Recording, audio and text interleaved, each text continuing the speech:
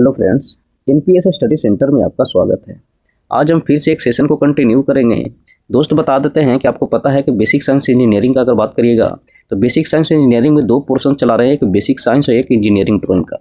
इसमें एक chapter instrument करवा दिए हैं और बेसिक साइंस में इलेक्ट्रिसिटी को अभी कंटिन्यू चल रहा है। तो अगर बात करिएगा इसमें ट्रेड का, तो ट्रेड का भी एक सेशन आया है इलेक्ट्रीशियन का, और इलेक्ट्रीशियन में भी ट्रांसफार्मर और सेफ्टी हेल्थ 2 चैप्टर यहाँ समाप्त हो गया है। और आज फिर एक इसका वीडियो जाएगा, ठीक है, ट्रेड का, तो वो भी देख लीजिएगा, वीडियो अपलोड कर दिया जाएगा शाम में। तो चलते हैं इलेक्ट्रिसिटी को, अगला सेशन को हम कंटिन्यू करते हैं। तो आज का क्वेश्चन जो है वो 200 से करवाना है।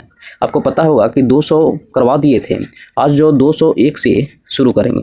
न्यूमेरिकल का पार्ट अलग चल रहा है। न्यूमेरिकल का बात करिएगा तो न्यूमेरिकल का पार्ट अलग आता है और ऑब्जेक्टिव का जो बनता है थ्योरी के टाइप पे, तो उसका सेशन अलग चल रहा है।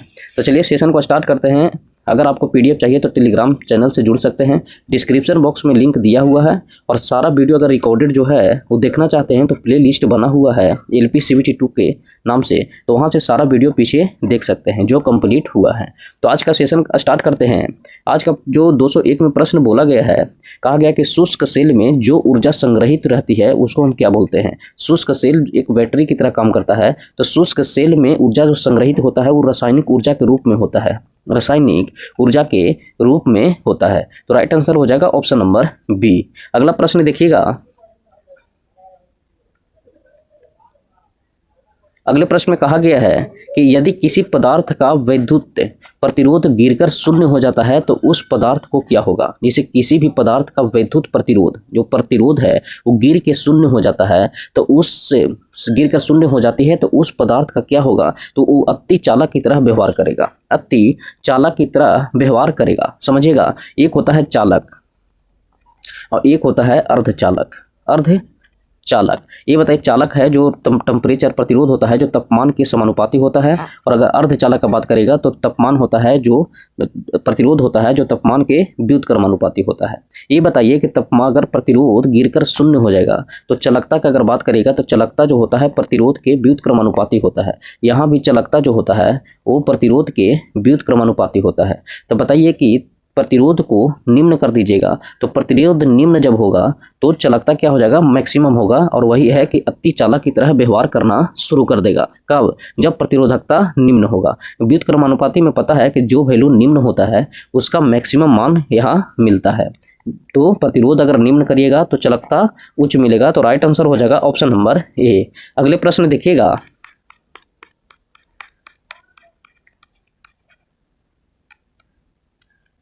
इस प्रश्न में कहा गया है, बोला गया है कि यदि किसी प्रतिरोधक तार को लंबा किया जाए तो उसका प्रतिरोधक क्या होगा। जैसे किसी प्रतिरोधक तार को लंबा किया जाए तो ये बताइए कि R बराबर, पता है कि R बराबर जो होता है वो रो L/A होता है। तो यहाँ से डायरेक्ट हम कह सकते हैं कि R डायरेक्टली प्रोपोर्शनल लंबाई का होता है और R व्युत्क्रमानुपाती होता है किसका, तो क्षेत्रफल का होता है, क्रॉस सेक्शनल एरिया का होता है। तो ये बताइए कि प्रतिरोध के तार की लंबाई को बढ़ाइएगा, तो प्रतिरोध के तार की लंबाई को बढ़ाइएगा तो सीधा समानुपाती है, सीधा रिलेशन है। तो लंबाई बढ़ाइएगा तो प्रतिरोध भी बढ़ेगा। तो हम कह सकते हैं कि प्रतिरोध के तार की लंबाई बढ़ाइएगा तो प्रतिरोध भी क्या होता है, तो बढ़ता है। तो राइट आंसर हो जाएगा ऑप्शन नंबर ए। अगले प्रश्न देखिएगा।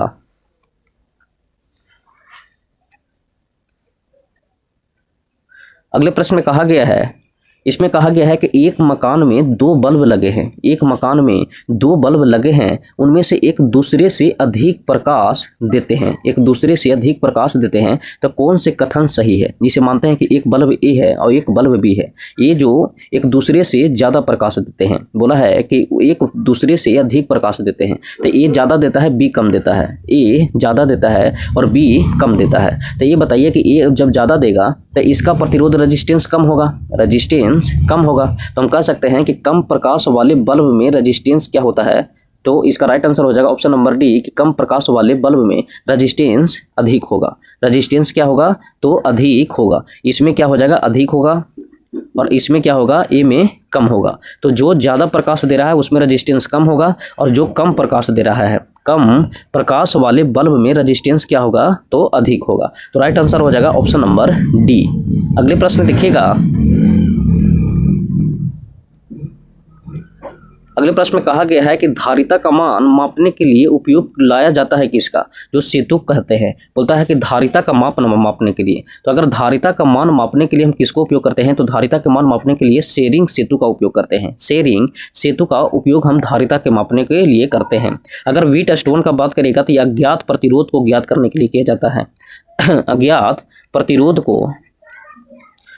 को मापने के लिए हम करते हैं। तो अज्ञात प्रतिरोध को मापने के लिए व्हीटस्टोन का प्रयोग करते हैं और धारिता को मापने के लिए शेरिंग ब्रिज का उपयोग करते हैं। अगर हम धारिता का अगर बात करिएगा तो धारिता बराबर होता है C बराबर Q/V भी होता है। C बराबर Q/V होता है। तो इसका राइट आंसर हो जाएगा ऑप्शन नंबर बी। अगले प्रश्न देखिएगा। अगले प्रश्न में कहा गया है, इसमें कहा गया है कि संधारित्र वोल्टेज स्थिर रखकर जब समांतर प्लेट संधारित्र की प्लेट का क्षेत्रफल बढ़ा दिया जाता है तो प्लेट के बीच का बल क्या होगा।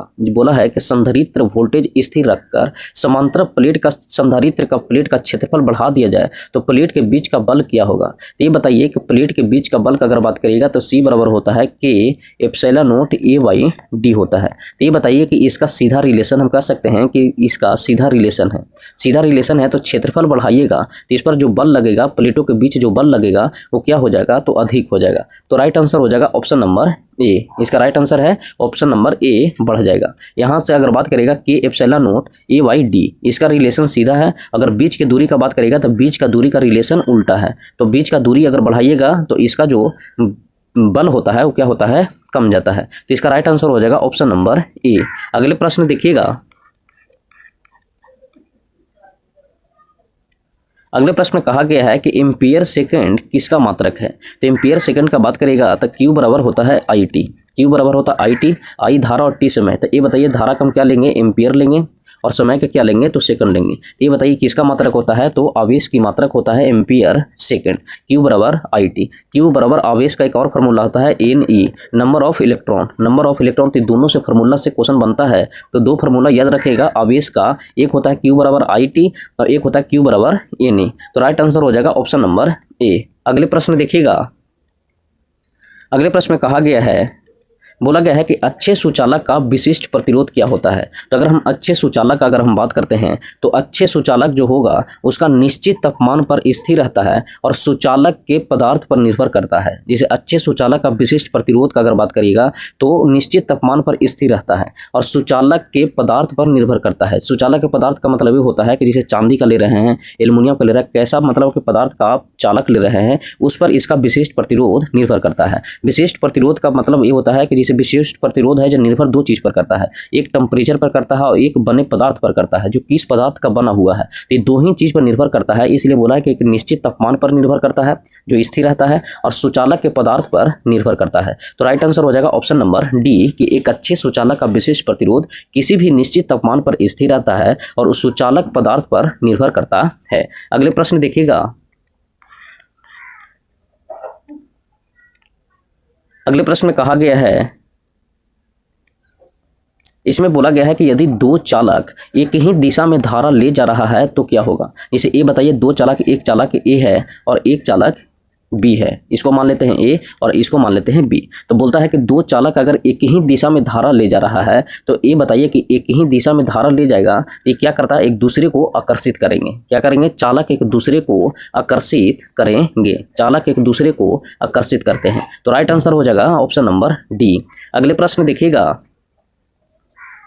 अगले प्रश्न में कहा गया है कि कूलाम के नियम में दो बिंदु आवेशों के बीच बल समानुपाती क्या होगा। इसे ये बताइए, कूलाम का नियम का हम बताते हैं कि कूलाम का नियम जो लगता है, एक Q1 आवेश लेते हैं और एक Q2 आवेश लेते हैं और इसके बीच की दूरी को हम मानते हैं कि R है। बीच की दूरी क्या है, तो R है। तो इसका जो कूलाम का नियम में बोलता है कि दोनों आवेश के बीच लगा बल जो होता है वो होता है 1/4 pi epsilon note Q1 Q2 बटा R स्क्वायर होता है।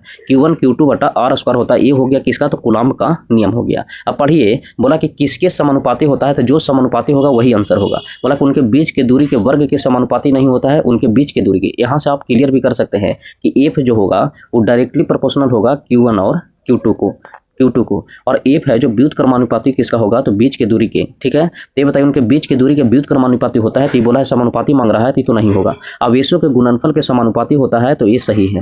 बोलता है माध्यम के परावैद्युत परावैद्युतांक का, माध्यम के परावैद्युतांक का, तो ये एप्सिलॉन नॉट होता है जो माध्यम के परावैद्युतांक होता है, तो ये भी गलत है।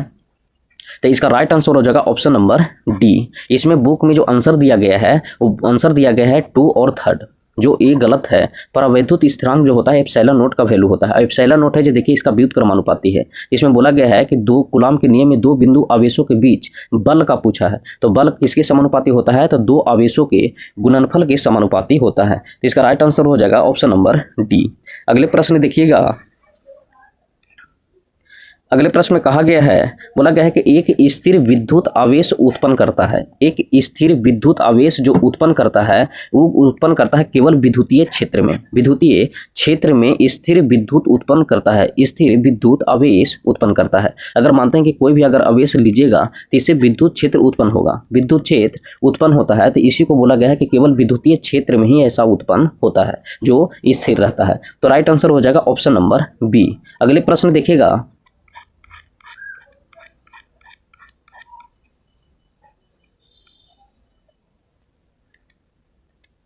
इस प्रश्न में कहा गया है कि परिपथ का गुण जो विद्युतीय ऊर्जा को ताप में बदलता हो क्या कहलाता है। तो ये बताइए परिपथ का कौन सा ऐसा गुण है जो विद्युतीय ऊर्जा को ताप में बदल देता है। तो विद्युतीय ऊर्जा को ताप में बदलने का काम कौन करता है, तो रेजिस्टेंस करता है, प्रतिरोध करता है। आपको पता होगा कि रेजिस्टेंस एक क्या होता है, धारा के विरोध करता है, और धारा के विरोध करेगा तो वहाँ है जो उष्मा ताप में बदलेगा ही बदलेगा, उष्मा ताप में बदलेगा। तो यहाँ से हम ये भी कह सकते हैं कि ये जो विरोध करता है, रास्ता के जो विरोध करेगा, तो इसमें क्या होगा, ताप क्रिएट होगा। तो राइट आंसर हो जाएगा ऑप्शन नंबर ए कि परिपथ का वह गुण है जो विद्युतीय ऊर्जा को ताप में बदलने का काम जो करता है वो कौन करता है, तो प्रतिरोध करता है। तो राइट आंसर हो जाएगा ऑप्शन नंबर ए। अगले प्रश्न देखिएगा। बोला कि किसी चालक में विद्युत धारा के प्रवाह का कारण क्या होता है। तो किसी भी चालक में विद्युत धारा का अगर प्रवाह का काम कौन करता है, तो विद्युत धारा का प्रवाह का काम जो करेगा वो विद्युत धारा का प्रवाह का काम करता है विभवांतर। कौन करता है, तो विभवांतर करता है। समझिएगा। जैसे ये बताइए कि विद्युत धारा का प्रवाह कब होगा। मानते हैं कि एक बैटरी इसको ले लेते हैं जो ए बैटरी है, और इसमें चार्ज इलेक्ट्रॉन जो है, इलेक्ट्रॉन इस तरीका से इलेक्ट्रॉन भरा हुआ है, और इसी के कनेक्शन से एक और बैटरी को हम जोड़ देते हैं, और ए बैटरी भी हो गया। इसमें भी इलेक्ट्रॉन है लेकिन कम मात्रा में है। ये बताइए कि इसमें इलेक्ट्रॉन जो फ्लो होगा, इसमें इलेक्ट्रॉन फ्लो होगा, वो इलेक्ट्रॉन फ्लो होगा किसके कारण, तो विभवांतर में अंतर के कारण। अगर विभवांतर बराबर हो जाएगा तो वहाँ धारा प्रवाह नहीं होगा। तो कभी कभी प्रश्न ये भी पूछ लिया जाता है कि बताइए कि दो सेलों में अगर विभवांतर या वोल्टेज समान है तो क्या धारा प्रवाहित होगा। तो उस केस में धारा प्रवाहित नहीं होता है। धारा प्रवाहित होने के लिए विभवांतर होना चाहिए, विभवांतर का अंतर होना चाहिए। तो धारा प्रवाहित तभी होगा जब विभवांतर में अंतर होगा। यहाँ देखिए इसमें कम इलेक्ट्रॉन है, इसमें ज़्यादा इलेक्ट्रॉन है ए वाला में, और इसमें कम इलेक्ट्रॉन है, तो इसमें प्रवाह हो जाएगा क्योंकि विभवांतर में अंतर है। इलेक्ट्रॉन प्रवाह ही विद्युत धारा कहलाता है। अगर समझिएगा Q बराबर, आपको पता है कि Q बराबर होता है IT, Q बराबर IT, और Q बराबर ये बताइए कि NE भी होता है। तो इलेक्ट्रॉन का प्रवाह ही आवेश है, और आवेश का प्रवाह ही क्या है, तो धारा है। तो समझिएगा, तो धारा प्रवाह, तो वही पूछा है कि धारा प्रवाह का कारण कौन सा है, तो विभवांतर में अंतर के कारण होता है। तो राइट आंसर हो जाएगा ऑप्शन नंबर सी। अगले प्रश्न देखिएगा।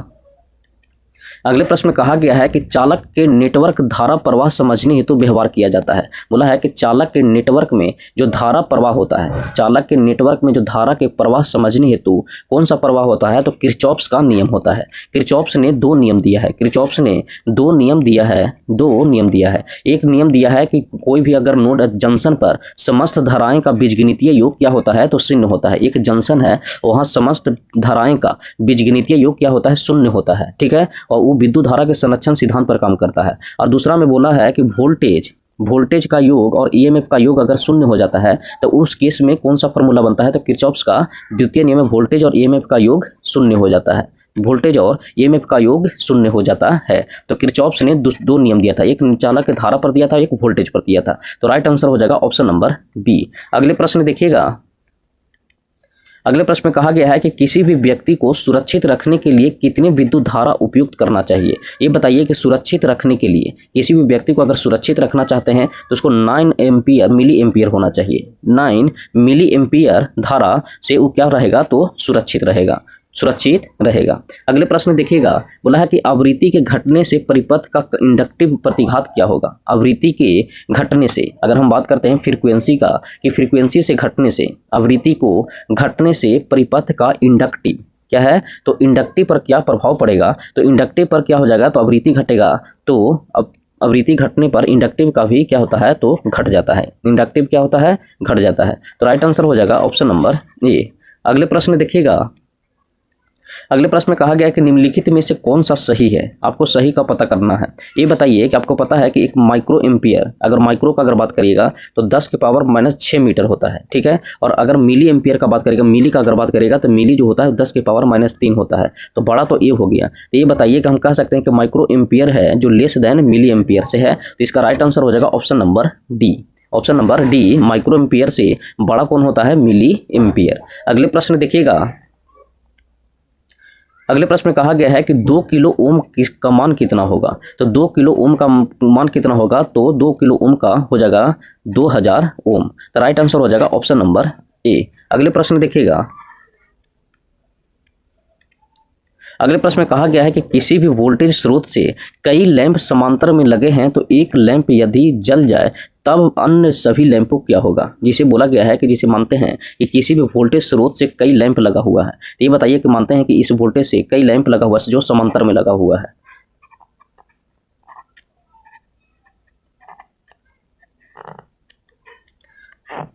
अगर मानते हैं वोल्टेज है और इसको हम समांतर में लगा हुआ है, समांतर में लगा हुआ है, यहाँ से हम समांतर में इसको लगा देते हैं। तो समांतर में लगा होता है, अगर मानते हैं कि एक बाधा भी अगर पड़ता है, एक बल्ब अगर बाधा हो जाता है तो ये दोनों जलते रहेगा, क्योंकि ये दोनों को बराबर वोल्टेज मिलते रहेगा। तो हम कह सकते हैं कि प्रभावित नहीं होगा। हाँ, श्रेणी में रहेगा तो प्रभावित हो जाएगा, लेकिन समांतर में रहेगा तो प्रभावित नहीं होता है। तो इसका राइट आंसर हो जाएगा ऑप्शन नंबर बी, कि प्रभावित नहीं होगा।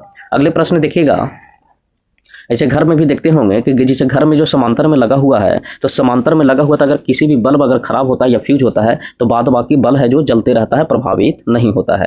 अगले प्रश्न बोला है कि प्रतिरोध का अर्थात मान मापने के लिए निम्न में से किस विधि का प्रयोग किया जाता है। प्रतिरोध दिया है या अज्ञात प्रतिरोध मापने के लिए हम बताए थे कि अज्ञात प्रतिरोध मापने के लिए हम व्हीटस्टोन ब्रिज का उपयोग करते हैं। व्हीटस्टोन ब्रिज का उपयोग करते हैं अज्ञात प्रतिरोध मापने के लिए। तो राइट आंसर हो जाएगा ऑप्शन नंबर डी। अगले प्रश्न देखिएगा,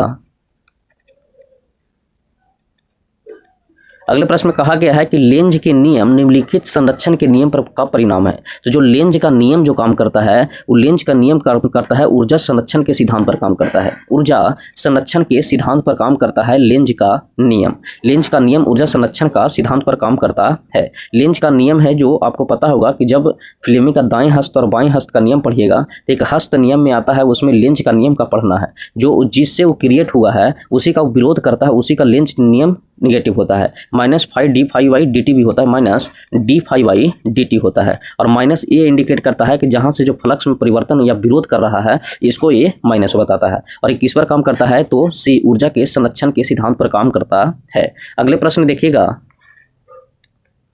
अगले प्रश्न में कहा गया है कि 3 फेज 4 तार सिस्टम के लिए न्यूट्रल तार का रंग कैसा होता है।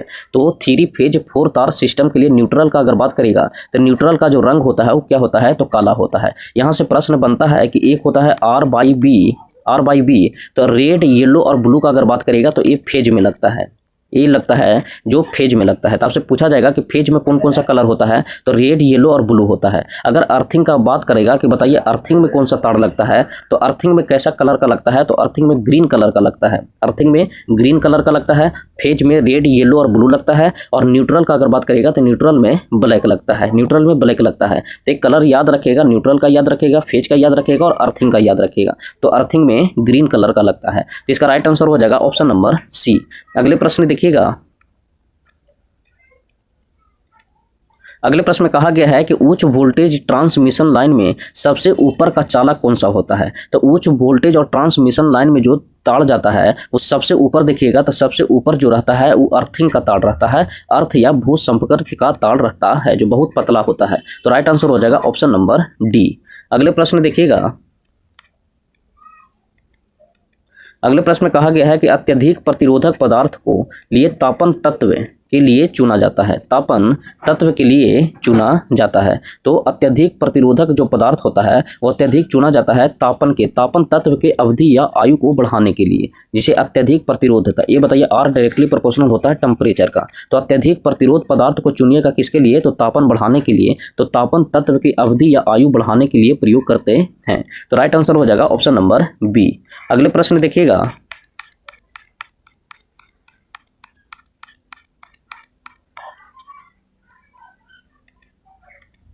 इस प्रश्न में कहा गया है कि चालकता अधिकतम किसमें होती है, या चालकता अधिकतम कैसे होती है। तो अगर चालकता की बात करेगा कि सबसे ज़्यादा चालकता किसमें होता है, जिसे चांदी में होता है, तो चांदी में सबसे ज़्यादा चालकता किसके कारण होता है, क्योंकि इसका इलेक्ट्रॉन का प्रवाह बहुत तेजी से होता है। तो हम कह सकते हैं कि चालकता अधिकतम किसके कारण होता है, तो इलेक्ट्रॉन के प्रवाह के कारण होता है। लेकिन विद्युत अपघटन में अगर पूछेगा तो आयन के कारण होता है। विद्युत अपघटन में किसके कारण होता है, तो आयन के कारण होता है। और बोलेगा कि बताइए कि ठोस धातु में चालन का प्रवाह किसके कारण होता है, तो इलेक्ट्रॉन के कारण होता है। तो बोला है कि चालकता सबसे ज्यादा होने का रीजन क्या है, इलेक्ट्रॉन। अगले प्रश्न में देखिएगा, अगले प्रश्न में कहा गया है, इसमें बोला गया है कि पदार्थ में चालन नहीं होगा। पदार्थ में चालन नहीं होगा। पदार्थ में चालन कब नहीं होगा, जब समान पदार्थ के तार होंगे, असमान पदार्थ के तार होंगे, समान विद्युत वाहक बल के तार होंगे। तो हम बताए थे कि समान विद्युत वाहक बल हो जाने के कारण उसमें धारा प्रवाह नहीं होगा। क्यों नहीं होगा, कि विभवांतर इसमें क्या हो गया, तो शून्य हो गया। और विभवांतर जब शून्य हो जाता है तो मानते हैं कि दोनों बैटरी में बराबर चार्ज हो गया। दोनों बैटरी में बराबर चार्ज हो गया तो इसमें विभवांतर क्या रहेगा, शून्य रहेगा। तो इसलिए इसमें धारा का प्रवाह नहीं होगा। धारा प्रवाह होने के लिए विभवांतर में अंतर होना चाहिए। और यहाँ बोल दिया है कि समान विभवांतर विद्युत वाहक बल है, तो समान वोल्टेज में धारा का प्रवाह नहीं होगा। तो राइट आंसर हो जाएगा ऑप्शन नंबर सी। अगले प्रश्न देखिएगा,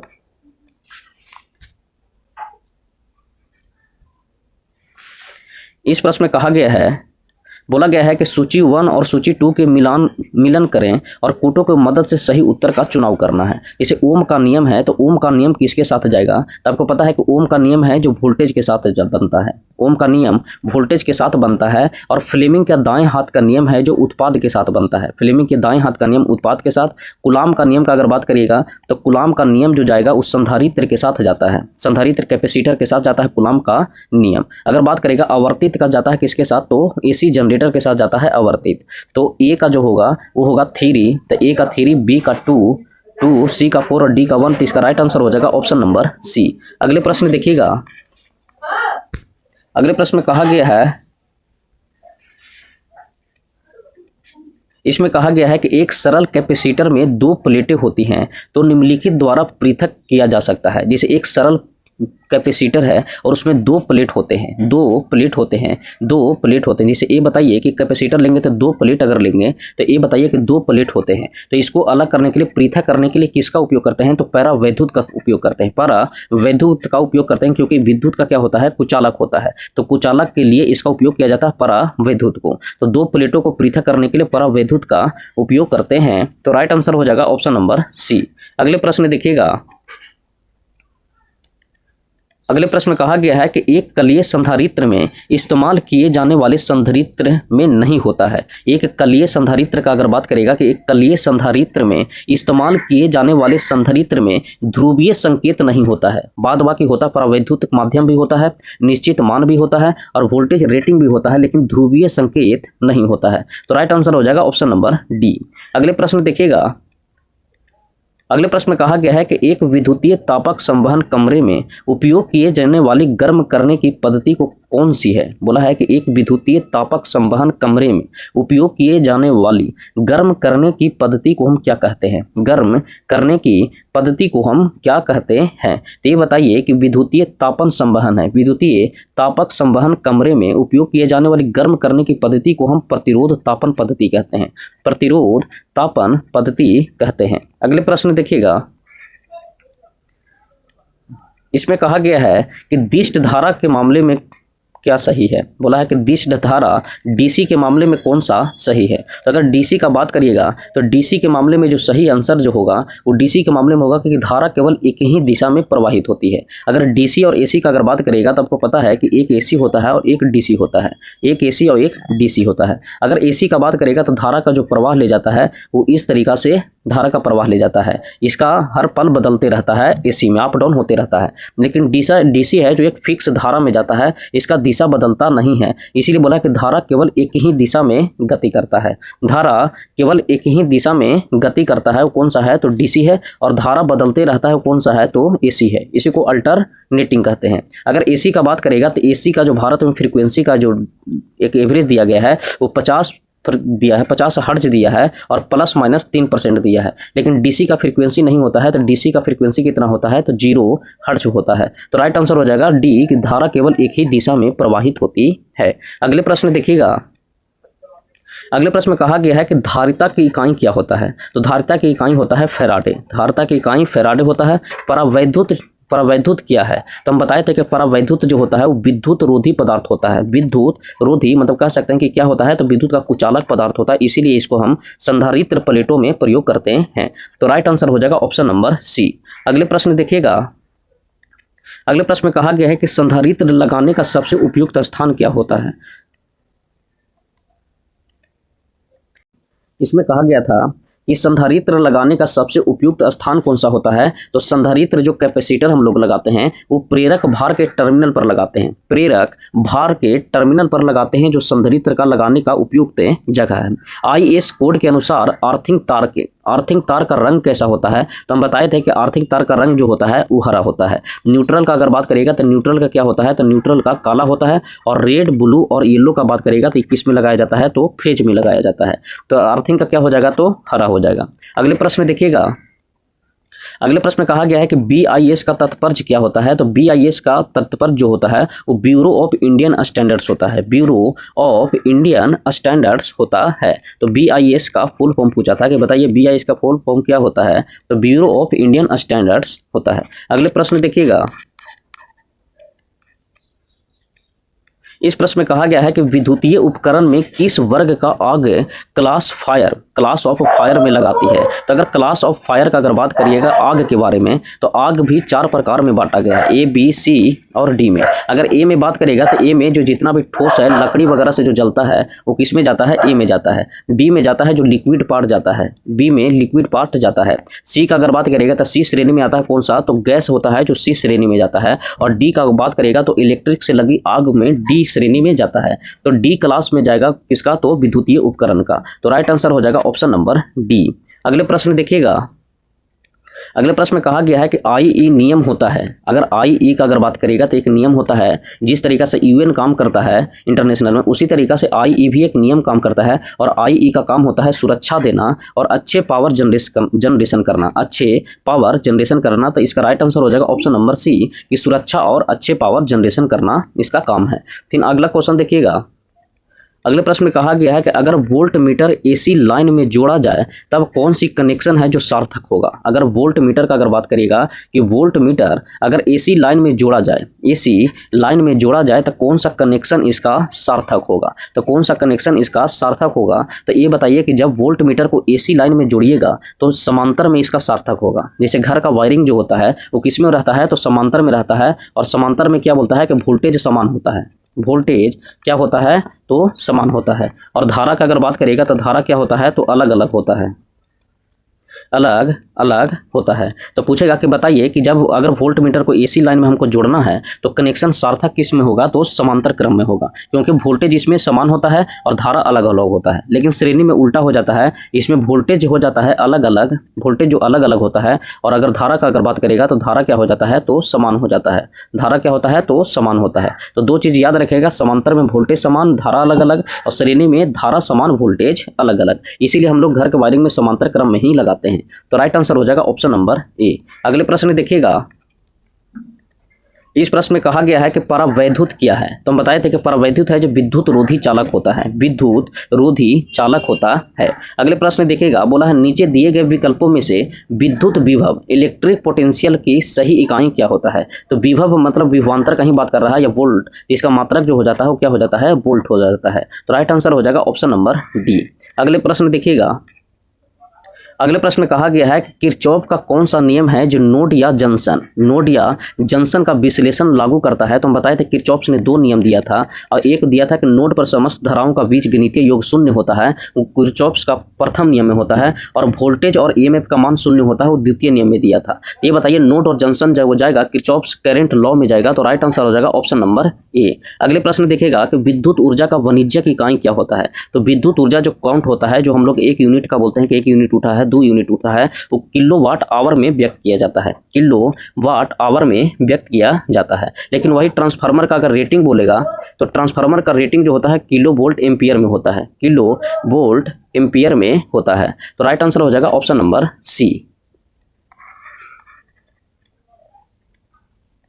इस प्रश्न में देखिएगा कहा गया है कि फैन रेगुलेटर में किस प्रतिरोधक का उपयोग करते हैं। तो जो फैन रेगुलेटर जो लगा रहता है उसमें जो एक प्रतिरोधक का काम करता है वो यूरेका काम करता है। कौन सा? तो यूरेका करता है जो फैन रेगुलेटर में प्रतिरोधक का उपयोग किया जाता है। बोला कि विद्युत प्रवाह की वह मात्रा कितनी है जो दर्दनाक बिजली झटके दे सकते हैं। तो दर्दनाक बिजली जो झटके देंगे वो कितना होगा? तो 50 मिली एम्पियर, 50 मिली एम्पियर जो विद्युत झटके देंगे। सहन का बात करेगा कि बताइए कि विद्युत प्रवाह का वह मात्रा बताइए जो शरीर सहन कर सकता है। तो हम बताए थे कि 9 मिली एम्पियर है, 9 मिली एम्पियर है। तो इसका राइट आंसर हो जाएगा कि दर्दनाक बिजली झटका कौन देगा? तो 50 मिली एम्पियर का दर्दनाक झटका देगा। अगले प्रश्न देखिएगा,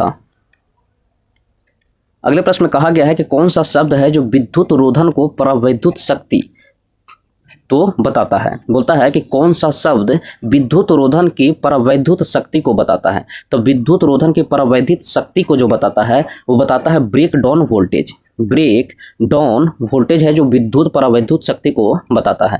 तो राइट आंसर हो जाएगा ऑप्शन नंबर बी। अगले प्रश्न देखिएगा,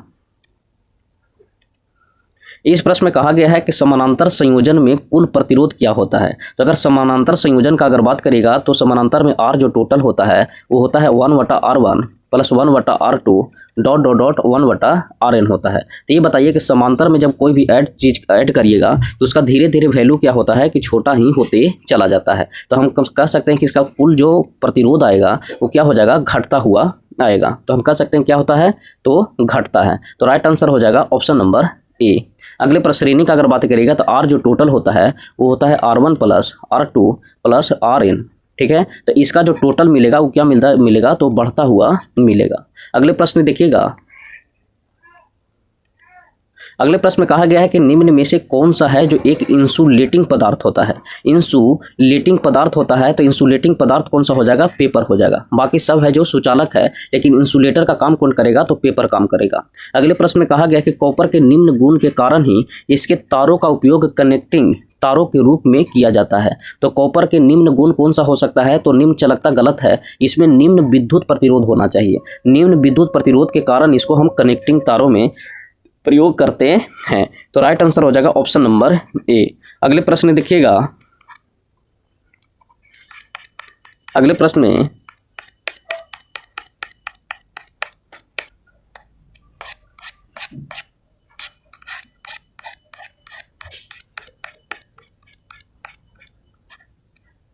इस प्रश्न में कहा गया है, बोला गया है कि किसी कुंडली के कुंडलन प्रतिरोध निम्न द्वारा बढ़ाया जा सकता है। किसी भी कुंडली का कुंडलन प्रतिरोध किसके द्वारा बढ़ाया जा सकता है? तो किसी भी कुंडली के कुंडलन प्रतिरोध जो बढ़ता है वो फेरों की संख्या बढ़ा के और पतली तार का उपयोग करके भी बढ़ा सकते हैं। तो इसका राइट आंसर हो जाएगा ऑप्शन नंबर डी। समझेगा, जैसे प्रतिरोध कुंडलन का प्रतिरोध बढ़ाना है तो फेरों की संख्या जितने बढ़ा दीजिएगा तो वहाँ भी प्रतिरोध बढ़ जाएगा। और दूसरा है जो R बराबर होता है रो L/A होता है। ये है जो क्रॉस सेक्शनल एरिया होता है। तो किसी भी तार का क्रॉस सेक्शनल एरिया को पतला करिएगा तो क्षेत्रफल कमेगा, और क्षेत्रफल कमेगा तो प्रतिरोध क्या हो जाएगा? बढ़ जाएगा। तो दो तरीका से हम कुंडल का या कुंडली का हम प्रतिरोध बढ़ा सकते हैं, पतला करके भी बढ़ा सकते हैं और फेरों की संख्या को बढ़ाकर भी हम बढ़ा सकते हैं। तो राइट आंसर हो जाएगा ऑप्शन नंबर डी। दोस्त बता देते हैं कि इसमें 250 क्वेश्चन तक 3 लेक्चर हुआ है। इसी तरीका से 50 क्वेश्चन का लेक्चर आगे भी कंटिन्यू इलेक्ट्रिसिटी का आते रहेगा। पता है कि CVT 2 में अगर क्वेश्चन बनता है तो 4-5 चैप्टर में ये भी काउंट हो जाता है, जो इलेक्ट्रिसिटी से सबसे ज़्यादा क्वेश्चन बनता है। इसके बाद जो बनता है वो हीट से बनता है। तो ये 2 चैप्टर है जो बेसिक साइंस इंजीनियरिंग का, अगर बेसिक साइंस का बात करिएगा तो इसमें अहम भूमिका निभाता है। तो इसके बाद इलेक्ट्रिसिटी के बाद हम हीट ही चैप्टर करवाएंगे। हीट में थोड़ा न्यूमेरिकल भी अच्छा खासा पूछता है, तो न्यूमेरिकल का भी एक अलग सेशन ले रहे हैं, वहाँ से भी न्यूमेरिकल आप क्लियर कर लीजिएगा। तो चलते हैं, सेशन आपको अगर पसंद आया है तो लाइक, सब्सक्राइब और कमेंट में अपना राय जरूर दीजिएगा। इस सेशन को देखने के लिए धन्यवाद।